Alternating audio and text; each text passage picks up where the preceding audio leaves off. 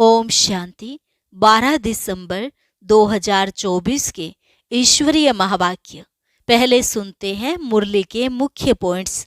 बाबा ने कहा, मैं तुम बच्चों का ओबीडिएंट सर्वेंट बनकर आया हूँ। विचार करो, तुम कितने छीछी बन गए थे। बाप फिर से तुमको वाह वाह बनाते हैं। तुमको विश्व की बादशाही मिलती है, तो देखो माया कितना अपोजिशन करती है।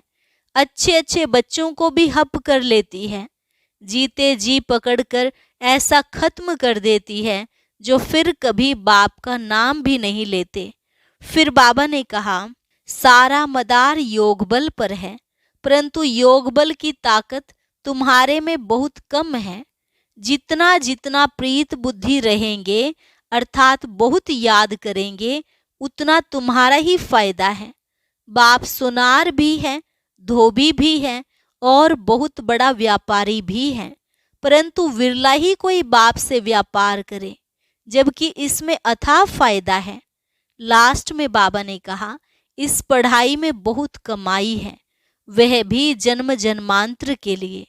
तो ऐसी पढ़ाई बहुत अच्छी रीति पढ़नी चाहिए। अंत समय सब साक्षात्कार होंगे कि फलाने फलाने यह बनते हैं। फिर उस समय रोएंगे, बहुत पछताएंगे, सजाएं भी खाएंगे, लेकिन कुछ कर नहीं सकेंगे। यह तो 21 जन्मों की लॉटरी है, लेनी चाहिए ना। और अब सुनते हैं महावाक्यों को विस्तार से। मुरली का सार। मीठे बच्चे, यह पढ़ाई जो बाप पढ़ाते हैं, इसमें अथाह कमाई है, इसलिए पढ़ाई अच्छी रीति पढ़ते रहो, लिंक कभी ना टूटे। प्रश्न, जो विनाश काले विपरीत बुद्धि हैं, उन्हें तुम्हारी किस बात पर हंसी आती है? उत्तर, तुम जब कहते हो अभी विनाश काल नजदीक है, तो उन्हें हंसी आती है। तुम जानते हो बाप यहाँ बैठे तो नहीं रहेंगे। बाप की ड्यूटी है पावन बनाना। जब पावन बन जाएंगे तो यह पुरानी दुनिया विनाश होगी, नई आएगी। यह लड़ाई है ही विनाश के लिए। तुम देवता बनते हो तो इस कलयुगी छीछी सृष्टि पर आ नहीं सकते। ओम शांति। रूहानी बाप बैठ रूहानी बच्चों को समझाते हैं। बच्चे समझते हैं हम बहुत बेसमझ बन गए थे, माया रावण ने बेसमझ बना दिया था। यह भी बच्चे समझते हैं कि बाप को जरूर आना ही है, जबकि नई सृष्टि स्थापन होनी है। त्रिमूर्ति का चित्र भी है। ब्रह्मा द्वारा स्थापना, विष्णु द्वारा पालना, शंकर द्वारा विनाश। क्योंकि करण करावनहार तो बाप है ना, एक ही है जो करता है और कराता है। पहले किसका नाम आएगा? जो करता है, फिर जिस द्वारा कराते हैं। करण करावनहार कहा जाता है ना। ब्रह्मा द्वारा नई दुनिया की स्थापना कराते हैं। यह भी बच्चे जानते हैं, हमारी जो नई दुनिया है, जो हम स्थापन कर रहे हैं, इसका नाम ही है देवी देवताओं की दुनिया। सतयुग में ही देवी देवता होते हैं, किसी और को देवी देवता नहीं कहा जाता। वहाँ मनुष्य होते नहीं, है ही एक देवी देवता धर्म, दूसरा कोई धर्म ही नहीं। अभी तुम बच्चे स्मृति में आए हो कि बरोबर हम देवी देवता थे। निशानियां भी हैं, इस्लामी, बौद्धी, क्रिश्चियन आदि सबकी अपनी अपनी निशानी है। हमारा जब राज्य था तो और कोई नहीं था। अभी फिर और सभी धर्म हैं, हमारा देवता धर्म है नहीं। गीता में अक्षर बड़े अच्छे अच्छे हैं, परंतु कोई समझ नहीं सकते। बाप कहते हैं, विनाश काले विपरीत बुद्धि और विनाश काले प्रीत बुद्धि। विनाश तो इस समय ही होना है। बाप आते भी हैं संगम युग पर, जबकि चेंज होती है। बाप तुम बच्चों को बदले में सब कुछ नया देते हैं। वह सोनार भी है, धोबी भी है, बड़ा व्यापारी भी है। बिरला ही कोई बाप से व्यापार करे। इस व्यापार में तो अथाह फायदा है। पढ़ाई में फायदा बहुत होता है। महिमा भी की जाती है कि पढ़ाई कमाई है। वह भी जन्म जन्मांतर के लिए है। तो ऐसी पढ़ाई अच्छी रीति पढ़नी चाहिए ना। और पढ़ाता भी बहुत सहज हूँ। सिर्फ 1 हफ्ता समझकर फिर भले कहाँ भी चले जाओ, तुम्हारे पास पढ़ाई आती रहेगी, अर्थात मुरली मिलती रहेगी, तो फिर कभी लिंक नहीं टूटेगी।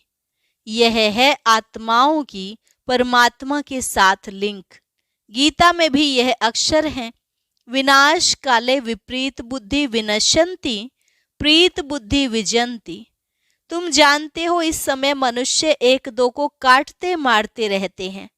इन जैसा क्रोध व विकार और कोई में होता नहीं। यह भी गायन है कि द्रौपदी ने पुकारा। बाप ने समझाया है, तुम सब द्रौपदियां हो। भगवानुवाच, बाप कहते हैं, बच्चे अब विकार में नहीं जाओ, मैं तुमको स्वर्ग में ले चलता हूं। तुम सिर्फ मुझ बाप को याद करो। अब विनाश काल है ना, किसकी भी सुनते नहीं, लड़ते ही रहते हैं। कितना उनको कहते हैं शांत रहो, परंतु शांत रहते नहीं। अपने बच्चों आदि से बिछुड़कर लड़ाई के मैदान में जाते हैं। कितने मनुष्य मरते ही रहते हैं। मनुष्य की कोई वैल्यू नहीं। अगर वैल्यू है, महिमा है, तो इन देवी देवताओं की। अभी तुम यह बनने का पुरुषार्थ कर रहे हो। तुम्हारी महिमा वास्तव में इन देवताओं से भी जास्ती है। तुमको अभी बाप पढ़ा रहे हैं। कितनी ऊंच पढ़ाई है। पढ़ने वाले बहुत जन्मों के अंत में बिल्कुल ही तमो प्रधान है। मैं तो सदैव सतो प्रधान ही हूँ। बाबा कहते हैं, मैं तुम बच्चों का ओबीडिएंट सर्वेंट बनकर आया हूँ। विचार करो हम कितने छीछी बन गए हैं। बाप ही हमको वाह वाह बनाते हैं।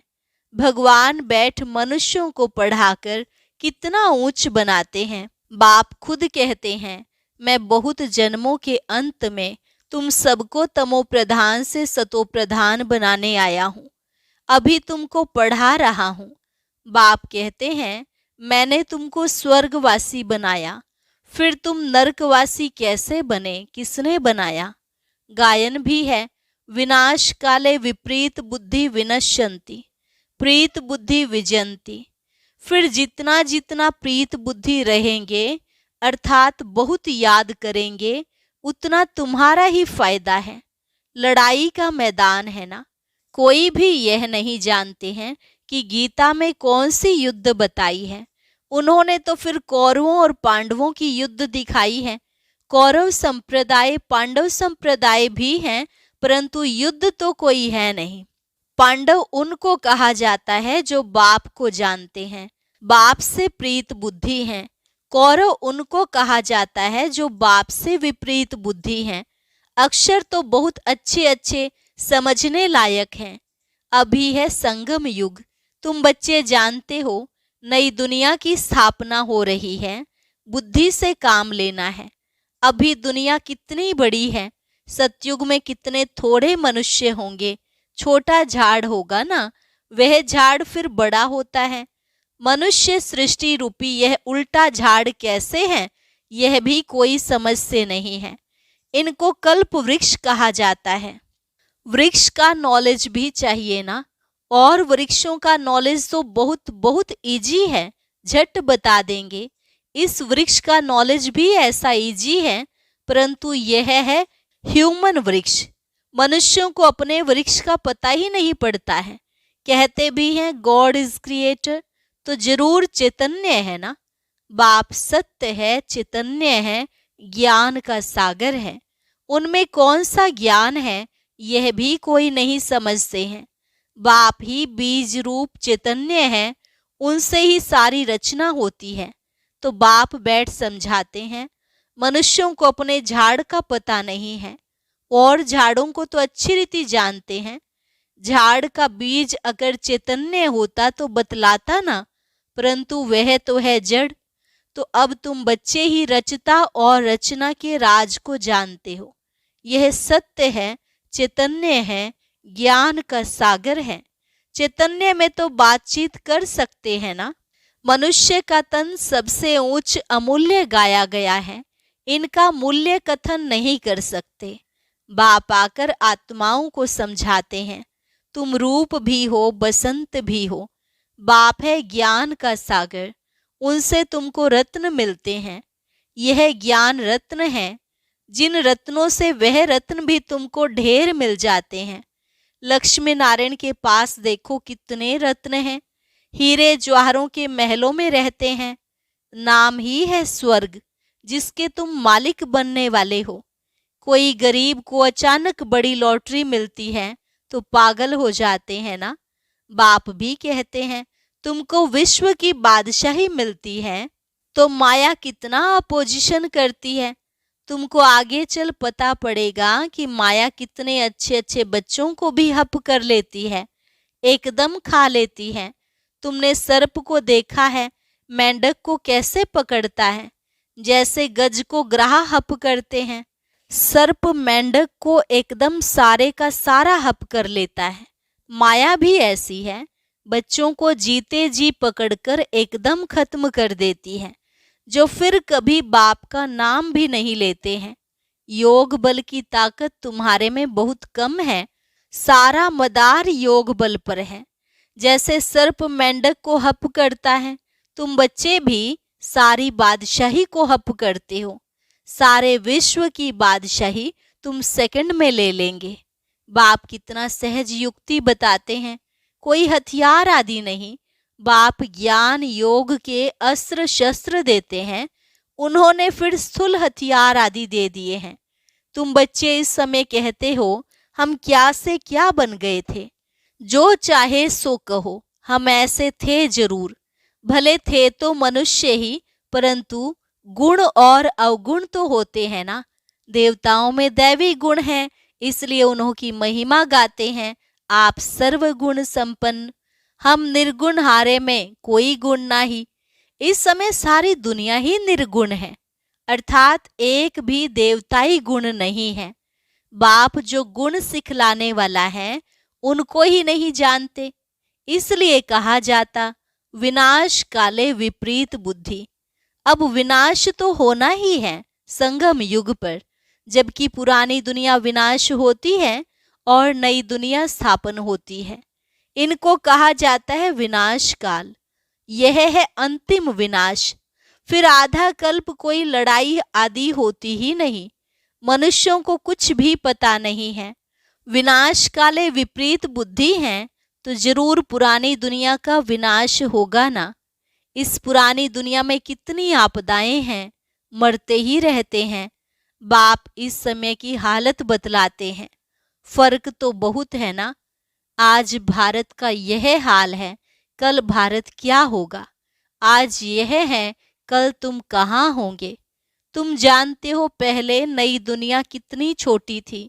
वहां तो महलों में कितने हीरे जवाहर आदि होते हैं। भक्ति मार्ग में भी तुम्हारा मंदिर कोई कम थोड़े ही होता है। सिर्फ कोई एक सोमनाथ का मंदिर थोड़े ही होगा। एक कोई बनाएगा तो उनको देख और भी बनाएंगे। एक सोमनाथ मंदिर से ही कितना लूटा है, फिर बैठ अपना यादगार बनाया है। तो दीवारों में पत्थर आदि लगाते हैं, इन पत्थरों की क्या वैल्यू होगी। इतने छोटे से हीरे का भी कितना दाम है। बाबा जौहरी था, एक रत्ती का हीरा होता था 90 रुपया रत्ती। अभी तो उसकी कीमत हजारों रुपया है, मिलते भी नहीं, बहुत वैल्यू बढ़ गई है। इस समय विलायत आदि तरफ धन बहुत है, परंतु सतयुग के आगे यह कुछ भी नहीं है। अब बाप कहते हैं विनाश काले विपरीत बुद्धि है। तुम कहते हो विनाश समीप है तो मनुष्य हंसते हैं। बाप कहते हैं मैं कितना समय बैठा रहूंगा, मुझे कोई यहाँ मजा आता है क्या।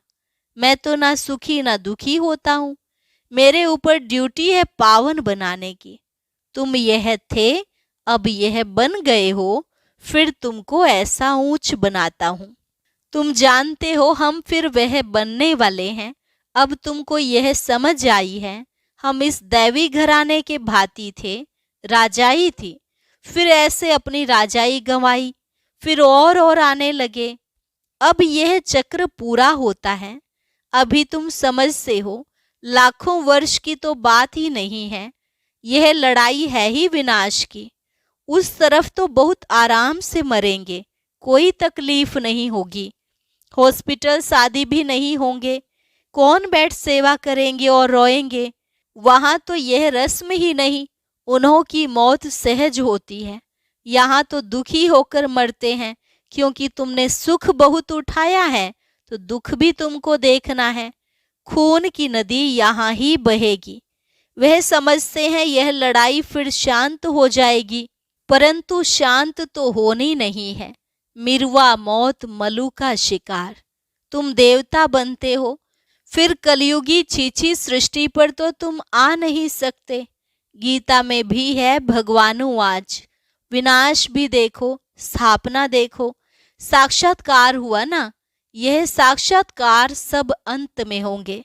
फलाने फलाने यह बनते हैं, फिर उस समय रोएंगे, बहुत पछताएंगे, सजा खाएंगे, नसीब कूटेंगे, लेकिन कर क्या सकेंगे। यह तो 21 जन्मों की लॉटरी है। स्मृति तो आती है ना, साक्षात्कार बिगर किसको सजा नहीं मिल सकती है, ट्रिब्यूनल बैठती है ना। अच्छा, मीठे मीठे सिकिलधे बच्चों प्रति मात पिता बाप दादा का याद प्यार और गुड मॉर्निंग। रूहानी बाप की रूहानी बच्चों को नमस्ते। रूहानी बच्चों की रूहानी बाप दादा को नमस्ते नमस्ते, गुड मॉर्निंग। धारणा के लिए मुख्य सार। पहली पॉइंट, स्वयं में ज्ञान रत्न धारण कर रूप बसंत बनना है। ज्ञान रत्नों से विश्व की बादशाही की लॉटरी लेनी है। दूसरी पॉइंट, इस विनाश काल में बाप से प्रीत रख एक की ही याद में रहना है। ऐसा कोई कर्म नहीं करना है जो अंत समय में पछताना पड़े या नसीब कूटना पड़े। वरदान, सदा स्नेही बन, उड़ती कला का वरदान प्राप्त करने वाले निश्चित विजयी निश्चिंत भव। सदा स्नेही बन, उड़ती कला का वरदान प्राप्त करने वाले निश्चित विजयी निश्चिंत भव। स्नेही बच्चों को बाप दादा द्वारा उड़ती कला का वरदान मिल जाता है। उड़ती कला द्वारा सेकंड में बाप दादा के पास पहुंच जाओ तो कैसे भी स्वरूप में आई हुई माया आपको छू नहीं सकेगी। परमात्म छत्र छाया के अंदर माया की छाया भी नहीं आ सकती। स्नेह मेहनत को मनोरंजन में परिवर्तन कर देता है। स्नेह हर कर्म में निश्चित विजयी स्थिति का अनुभव कराता है। स्नेही बच्चे हर समय निश्चिंत रहते हैं। स्लोगन, नथिंग न्यू की स्मृति से सदा अचल रहो तो खुशी में नाचते रहेंगे। नथिंग न्यू की स्मृति से सदा अचल रहो तो खुशी में नाचते रहेंगे। अच्छा, ओम शांति। ज्ञान मिलने के बाद भी कई ब्राह्मण बच्चों की शिकायत रहती है कि प्राप्ति नहीं हो रही, खुशी नहीं रहती।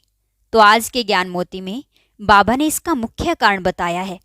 जानने के लिए ऊपर दिए गए बॉक्स पर क्लिक करें।